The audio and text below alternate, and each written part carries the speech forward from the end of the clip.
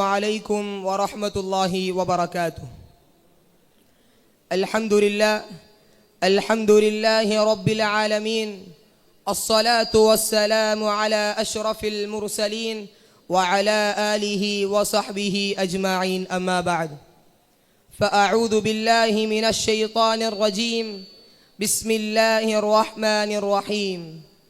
ولقد كرمنا بني آدم وحملناهم في البر والبحر ورزقناهم من الطيبات وفضلناهم على كثير ممن خلقنا تفضيلا. صدق الله العظيم. وعن جابر رضي الله عنه قال قال رسول الله صلى الله عليه وسلم: لا فضل لعربي على عجمي ولا لعجمي على عربي ولا لأسود على أحمر ولا لأحمر على أسود إلا بالتقوى أو كما قال عليه الصلاة والسلام. ബഹുമാനാദരവുകൾ നിറഞ്ഞ ഈ വേദിയുടെ അധ്യക്ഷനവറുകൾ, ബഹുമാന്യരായ ഉസ്താദുമാർ, വിധികർത്തവ്യ പീഠത്തെ അലങ്കൃതമാക്കുന്ന ബഹുമാന്യരായ ഗുരുവര്യന്മാർ, എൻ്റെ ശബ്ദം ശ്രവിക്കുന്ന ശ്രോതാക്കളെ, സമാധാനത്തിന് വിത്തുപാകുകയും ജനക്ഷേമത്തിന് ഫസ്റ്റ് ചോയ്സ് നൽകുകയും ചെയ്യേണ്ട ഭരണകർത്താക്കൾ കുഞ്ഞുങ്ങളുടെ കഴുത്തറുക്കുന്ന കാബാലികരും നിസ്സഹായരുടെ നിലവിളികളെ നിർഭയം അടിച്ചൊതുക്കുന്ന രക്തരസസുകളുമായി മാറിക്കൊണ്ടിരിക്കുന്ന ഈ 21-ാം നൂറ്റാണ്ടിൽ എന്തുകൊണ്ടും പ്രസക്തമായ ഒരു വിഷയം തന്നെയാണ് ഇസ്ലാമും മനുഷ്യാവകാശവും. UN മനുഷ്യാവകാശ പ്രഖ്യാപനത്തിന് 3/4 നൂറ്റാണ്ട് പൂർത്തിയായിരിക്കുകയാണ്. ഇക്കാലയളവിലുള്ള ഐക്യരാഷ്ട്രസഭയുടെ പ്രവർത്തനങ്ങളെക്കുറിച്ച് വിശകലനം ചെയ്താൽ ആഗോള മനുഷ്യാവകാശ പ്രഖ്യാപനം ഇന്നും ഏട്ടിലെ പശുവായി തുടരുന്ന ദുരവസ്ഥയാണ് നമുക്ക് കാണുവാൻ സാധിക്കുന്നത്. ഒരു മനുഷ്യന്റെ മൗലികാവകാശങ്ങളിൽ പ്രഥമവും പ്രധാനവുമായിട്ടുള്ളത് ജീവിക്കാനുള്ള അവകാശമാണ്. ഇസ്ലാമിനെയും മുസ്ലിമിനെയും സംബന്ധിച്ചിടത്തോളം മനുഷ്യാവകാശം എന്നതൊരു പുത്തനാശയമല്ല. ആധുനിക യുഗത്തിന്റെ കാഴ്ചയിൽ മനുഷ്യാവകാശം എന്ന പ്രയോഗത്തിന്റെ തുടക്കം ഒരുപക്ഷെ 1789 ഫ്രഞ്ച് ഭരണഘടനാ നിർമ്മാണ സഭ തയ്യാറാക്കിയ മനുഷ്യാവകാശ വിജ്ഞാപനമോ 1948 ഐക്യരാഷ്ട്രസഭയുടെ മനുഷ്യാവകാശ പ്രഖ്യാപനമോ ആയിരിക്കാം. എന്നാൽ മുഴുവൻ മനുഷ്യാവകാശ പ്രസ്ഥാനങ്ങളുടെയും തുടക്കം 6-ാം നൂറ്റാണ്ടിലെ അപരിഷ്കൃത സമൂഹത്തെ സൽമാർഗത്തിന്റെ സൽപാന്താവിലേക്ക് കൈപിടിച്ചുയർത്തിയ ലോകനായകൻ ഗുരു മുഹമ്മദ് മുസ്തഫ സല്ലല്ലാഹു അലൈഹി വസല്ലമ തങ്ങളുടെ മനുഷ്യാവകാശ പ്രഖ്യാപനമാണ്. മതത്തിനും സമുദായത്തിനും കക്ഷിരാഷ്ട്രങ്ങൾക്കും അപ്പുറത്താണ് മാനവൻ, മനുഷ്യൻ. അവനെ ബഹുമാനിക്കണമെന്നും ആദരിക്കണമെന്നും ലാ ഫദ്ല ലി അറബിയിൻ അലാ അജമിയിൻ വലാ ലി അജമിയിൻ അലാ അറബിയിൻ വലാ ലി അസ്വദ അലാ അഹ്മറ വലാ ലി അഹ്മറ അലാ അസ്വദ ഇല്ലാ ബിത്തഖ്വ. തഖ്വ കൊണ്ടല്ലാതെ ഒരു അറബിക്കും അനറബിയേക്കാളോ, ഒരു അനറബിക്കും അറബിയേക്കാളോ, ഒരു വെളുത്തവനും കറുത്തവനേക്കാളോ, ഒരു കറുത്തവനും വെളുത്തവനേക്കാളോ ഒരു ശ്രേഷ്ഠതയും ഇല്ല എന്ന് പഠിപ്പിച്ച ലോകനായകൻ ഗുരു മുഹമ്മദ് മുസ്തഫ സല്ലല്ലാഹു അലൈഹി വസല്ലമ തങ്ങൾ മനുഷ്യാവകാശ ലംഘനത്തിനെതിരെയുള്ള ഒരു പ്രസ്ഥാനം തന്നെയായിരുന്നു. പ്രിയമുള്ളവരെ, വ്യാപകമായ അവകാശ ലംഘനങ്ങളല്ലേ ലോകത്തിന്റെ അഷ്ടദിക്കുകളിൽ നടമാടിക്കൊണ്ടിരിക്കുന്നത്.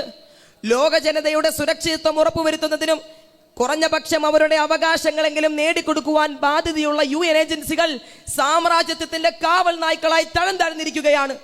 ആശയങ്ങളെ ആശയങ്ങൾ കൊണ്ട് നേരിടുന്നതിന് പകരം കയ്യൂക്കുള്ളവൻ കാര്യക്കാരൻ എന്ന ക്രൂരമായ രീതികൾക്കാണ് ആധുനിക യുഗം പോലും സാക്ഷിയാകുന്നത്. മാസവേതനം അല്പം കുറഞ്ഞു പോയതിന്റെ പേരിൽ സമൂഹത്തിൽ അരികുവൽക്കരിക്കപ്പെടുന്ന എത്രയോ ജനങ്ങളെയാണ് നമുക്ക് കാണുവാൻ സാധിക്കുന്നത്. ജീവിതത്തിന്റെ രണ്ടറ്റങ്ങളെ കൂട്ടിമുട്ടിക്കുവാൻ കൂലിവേല ചെയ്യുന്നതിന്റെ പേരിൽ പ്രമാണിവർഗത്തിന്റെ ക്രൂര പരിഹാസങ്ങൾക്ക് ഇരയാക്കപ്പെടുന്ന എത്രയോ ദരിദ്രരാണ് ജീവിതം എന്ന ശിക്ഷയെ അനുഭവിച്ചു തീർക്കുന്നത്. എന്തിനു പറയണം, തലചായ്ക്കുവാൻ ഒരു ഭൂമിയില്ലാതെ അലഞ്ഞു നടന്ന ഒരു ജനതയ്ക്ക് കൈത്താങ്ങായതിന്റെ പേരിൽ ഇപ്പോഴും ജീവൻ അപഹരിക്കപ്പെട്ടുകൊണ്ടിരിക്കുന്ന ഗസയുടെ മണ്ണിലും മനുഷ്യാവകാശത്തിന്റെ നഗ്നമായ ലംഘനങ്ങളല്ലേ നടന്നുകൊണ്ടിരിക്കുന്നത്. ഇവിടെയാണ് ഇസ്ലാമിന്റെ മനുഷ്യാവകാശ പ്രഖ്യാപനം പ്രസക്തമാകുന്നത്. മതമെന്ന് പറയുന്ന ഉത്കൃഷ്ടമായ ഉദാത്തമായ അനർഘമായ ആശയ സംഹിതയ്ക്ക് 2 മുഖങ്ങളുണ്ടെന്നും അതിലൊന്ന് ദൈവത്തിലേക്ക് തിരിച്ചു പിടിച്ചതാണെങ്കിൽ മറ്റേത് മാനവരാശിയിലേക്ക്, പ്രകൃതിയിലേക്ക്, പ്രപഞ്ചത്തിലേക്ക്, പ്രപഞ്ചത്തിന്റെ ഓരോ തരുവിലേക്കും തിരിച്ചു പിടിച്ചതാണെന്ന് പഠിപ്പിക്കുന്ന ഇസ്ലാം മനുഷ്യ ജീവന് നൽകിയ പ്രാധാന്യം ചെറുതല്ല. ഒരുവൻ സമൂഹത്തിൽ ഏത് തട്ടിലുള്ളവനാകട്ടെ അവകാശങ്ങൾ അവന്റെ അർഹതയാണ്. അതിൽ കൈ കടത്തുവാൻ ഒരു ശക്തിക്കും സാധ്യമല്ല. എല്ലാവരെയും അതിൽ തുല്യരായിട്ടാണ് ഇസ്ലാം കാണുന്നത്. അള്ളാഹു പറയുകയാണ്, വലഖദ് കറംനാ ബനി ആദം, ആദം സന്തതിയെ നാം ആദരിച്ചിരിക്കുന്നു. ഈ സൂക്തത്തിലൂടെ മാനവ സമൂഹത്തെ മാനിക്കണമെന്നും മനുഷ്യനെ മനുഷ്യനായി കാണണമെന്നും മാനവരാശിയെ ഒന്നടങ്കം പരിശുദ്ധമായ ദീനുൽ ഇസ്ലാം ഉണർത്തുകയാണ്. ഇസ്ലാം മനുഷ്യാവകാശത്തെ പരലോകവുമായിട്ടാണ് ബന്ധിപ്പിക്കുന്നത്. പരലോക ബോധമില്ലാത്ത UN അവകാശ ലംഘനങ്ങൾ നടത്തുന്നതിൽ അത്ഭുതപ്പെടേണ്ടതില്ല. എങ്ങനെയാണ് ഇസ്ലാം മനുഷ്യാവകാശത്തെ പരലോകവുമായി ബന്ധിപ്പിക്കുന്നത്? ഒരിക്കൽ അബൂ മസ്ഊദ് റളിയല്ലാഹു അൻഹു തന്റെ അടിമയെ മർദ്ദിക്കുന്നതായി ആദരവായ റസൂൽ സല്ലല്ലാഹു അലൈഹി വസല്ലമ തങ്ങൾ കാണുകയാണ്.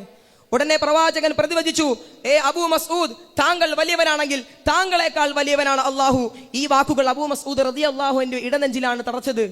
ഉടനെ തന്നെ ആ അടിമയെ അടിമത്തത്തിന്റെ തടങ്കൽ പാളയത്തിൽ നിന്നും അദ്ദേഹം മോചിപ്പിക്കുകയാണ്. ഇത് കണ്ട പ്രവാചകൻ പറഞ്ഞു, താങ്കൾ അങ്ങനെ ചെയ്തില്ലായിരുന്നുവെങ്കിൽ താങ്കൾ നരകത്തിന് അവകാശിയായി തീരുമായിരുന്നുവെന്ന്. ഇസ്ലാം മനുഷ്യാവകാശത്തെ പരലോകവുമായി ബന്ധിപ്പിക്കുന്നതിലൂടെ അവകാശങ്ങൾ ഹനിക്കപ്പെട്ട മനുഷ്യന് താങ്ങും തടലുമായി മാറുകയാണ്.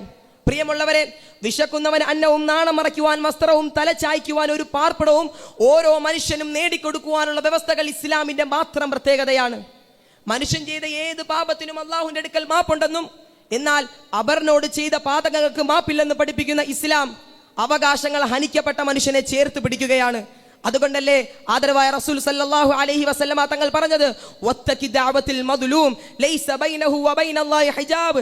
മർദ്ദിതന്റെ പ്രാർത്ഥനയെ നീ സൂക്ഷിക്കണേ, ആ പ്രാർത്ഥനയ്ക്കും അല്ലാഹുവിനും ഇടയിൽ യാതൊരു മറയും ഉണ്ടായിരിക്കുന്നതല്ല. അതുകൊണ്ട് പരിശുദ്ധമായ ദീനുൽ ഇസ്ലാമിനെ ഒരു ആവർത്തി വായിച്ചു നോക്കൂ. ആ പരിശുദ്ധമായ ദീനുൽ ഇസ്ലാമിനെ ഒരു ആവർത്തി പഠിച്ചു നോക്കൂ. അതിൽ അടിമുട്ടി മുഴങ്ങുന്നൊരു വാക്കുണ്ടെങ്കിൽ നീ കരുണയുള്ളവനാകണേ, നീ കരുണയുടെ പ്രതിനിധിയും പ്രതീകവും പ്രതിപുരുഷനും പ്രതിച്ഛായം ഉള്ളവനാകണേ എന്ന് പഠിപ്പിക്കുന്ന ഒരേ ഒരു മതം അത് ഇസ്ലാം മാത്രമാണ്. മായുന്ന മാനുഷിക മൂല്യങ്ങളെ മായാതെ കാത്തു സൂക്ഷിക്കുന്ന പരിശുദ്ധമായ ദീനുൽ ഇസ്ലാം മനുഷ്യാവകാശത്തിന് നൽകിയ പ്രാധാന്യം ചെറുതല്ല എന്ന് ഒരിക്കൽ കൂടി ഉറക്കെ പ്രഖ്യാപിച്ചുകൊണ്ട് ഞാൻ നിർത്തുന്നു. വആഖിറു ദഅവാന അനിൽ ഹംദുലില്ലാഹ്. അസ്സലാമു അലൈക്കും വറഹ്മത്തുള്ളാഹി.